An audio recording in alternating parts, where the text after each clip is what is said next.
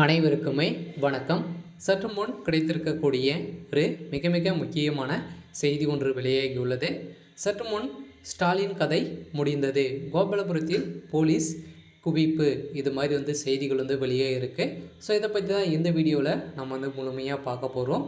So அதுக்கு முன்னாடி நம்ம சேனலுக்கு இப்போ தான் நீங்கள் முதல் முறையாக வந்திருக்கீங்க அப்படின்னா மறக்காமல் நம்மளுடைய சேனலை சப்ஸ்கிரைப் பண்ணி சப்போர்ட் பண்ணுங்கள்.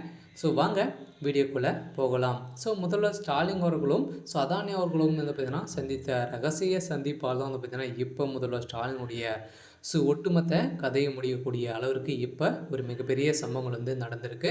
ஸோ இதன் அடிப்படையாக தான் பார்த்தீங்கன்னா இப்போ தமிழகத்தில் டெல்லி போலீஸ் களத்தில் இறங்கி இப்போ முதல்வர் ஸ்டாலின் அவர்கள் கைது செய்ய போகிறதாக ஒரு பரபரப்பான செய்தி வெளியாகி வருகின்ற நிலை தான் சென்னையில் ஒரு மிகப்பெரிய கலவரங்கள் எழுந்திருக்கு.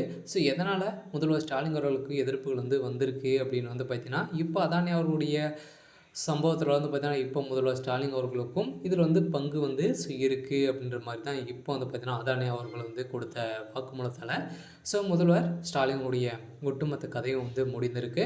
இதன் அடிப்படையில் தான் பார்த்தீங்கன்னா கோபாலபுரத்தில் திரண்ட திமுகவை சேர்ந்த நிர்வாகிகளும் போலீஸ் குவிக்கப்பட்டு அங்கு மிகப்பெரிய கலவரங்கள் வெடித்திருக்கு. இருந்தாலும் இப்போ பார்த்தீங்கன்னா சமீப காலத்தில் இப்போ முதல்வர் ஸ்டாலின் அவர்களுக்கு பார்த்தீங்கன்னா இப்போ நீதிமன்றம் போட்ட அதிரடி உத்தரவால் பார்த்தீங்கன்னா இப்போ ஸ்டாலினுடைய ஒட்டுமொத்த கதையும் முடிந்திருக்கு. இருந்தாலும் முதல்வர் ஸ்டாலின் அவர்களுக்கு நிறைய எதிர்ப்புகள் வந்திருந்தாலும் சென்னை எழில் நகரில் பார்த்தீங்கன்னா முதலமைச்சர் ஸ்டாலின் அவர்கள் செய்தியாளர்கள் சந்தித்த போது அவர் அளித்த பேட்டியில் பார்த்தீங்கன்னா அதானி தமிழ்நாட்டோடு ஒப்பந்தம் என்று வெளியான தகவல் குறித்து கேள்வி எழுப்பியிருந்த நிலையில் அதற்கு அவர் பார்த்தீங்கன்னா பதில் அளித்த ஸ்டாலின், பாமக நிறுவனர் ராமதாஸுக்கு வேறு வேலை இல்லை அப்படின்ற மாதிரி தினமும் அரசுக்கு ஒரு அறிக்கையை விட்டு வருவார் என அவர் பார்த்தீங்கன்னா தரைக்குறைவாக பேசிய சம்போதனால தான் அப்போ பார்த்தீங்கன்னா இவருக்கு அதானி அவர்களின் விவகாரத்தில் துறையில் அமைச்சராகவோ விளக்கம் அளிக்க வேண்டும் என அதை தேவையில்லாமல் நிராகரிக்க கூடாது அப்படின்ற மாதிரி பார்த்தீங்கன்னா ராமதாஸ் அவர்கள் பார்த்தீங்கன்னா கடுமையாக விமர்சனங்கள் செய்து வரும் நிலையில் நாடாளுமன்றத்தில் என்னென்ன பேச வேண்டும் என எம்பிக்களுக்கு அறிவுறுத்தப்பட்டு இருந்த நிலையில் அதை வலியுறுத்த பேசுபவர்கள் பெரும் மழை எதிர்காலம்